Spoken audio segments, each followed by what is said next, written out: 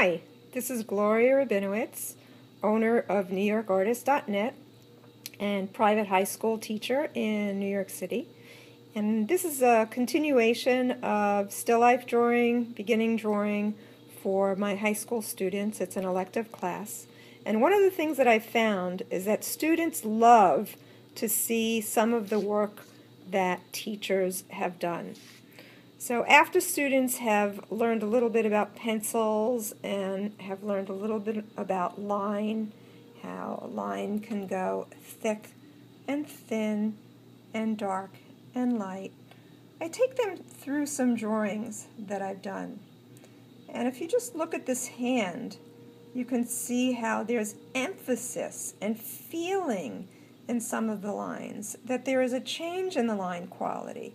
And I point this out to my students because there's a tendency for students to take a pencil and just put it on a paper, and every tone of that pencil and every thickness or thinness of that line is the same. So I take them through some drawings and I show them that you want to have a line that is felt. You want to feel that line. And the way you feel that line is taking your hand and pressing that pencil ever so slightly on that line and then lifting up a little bit more.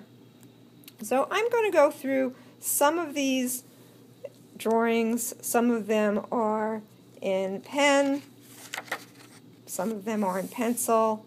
This is a pencil drawing and it's very simply a thong, and it's shaded, and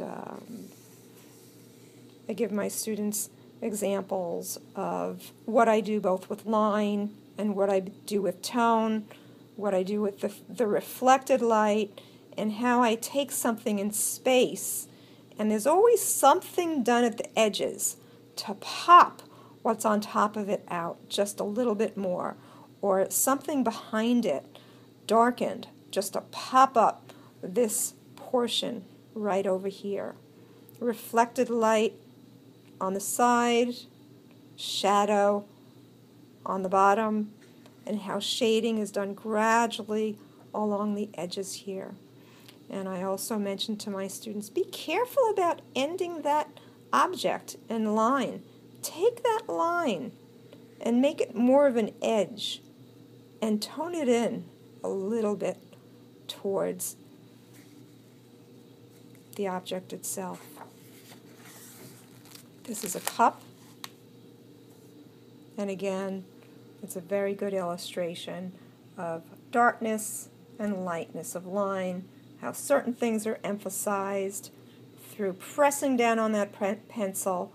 And I actually explain to my students that I don't really use a wide variety of pencils. I like to use 2B, 4B, and 6B. We did have a lesson in cross-hatching and in ink, and this is an example of just a very, very simple teapot, very quickly done. Also, you can see the reflected light towards the edge because the light of the object is coming from the upper right, so therefore you don't want the shadow and the cast shadow to blend with each other, and that there will be a reflected light. Another example of a drawing done very, very quickly of a stool in pen, line, cross-hatching, light, shadow.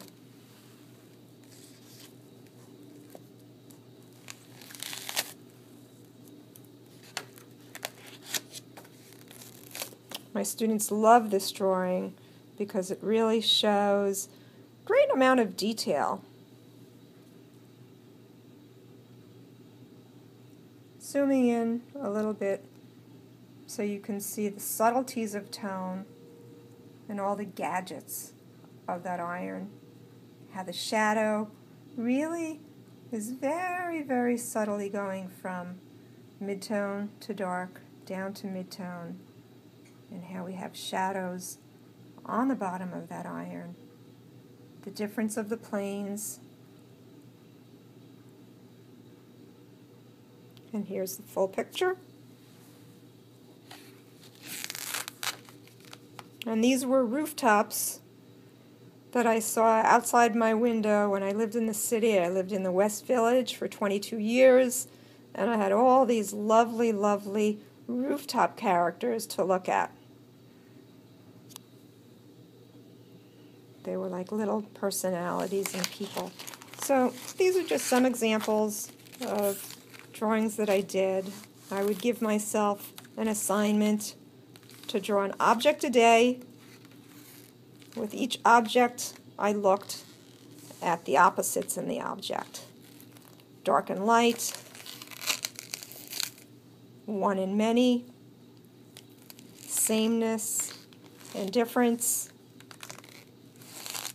thick and thin. There's a baseball, bicycle hat, pocketbook, another hat,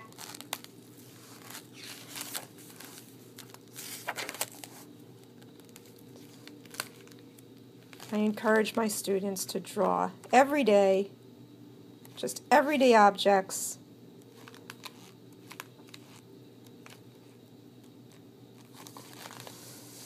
This is one of my favorite drawings. Very challenging in tone.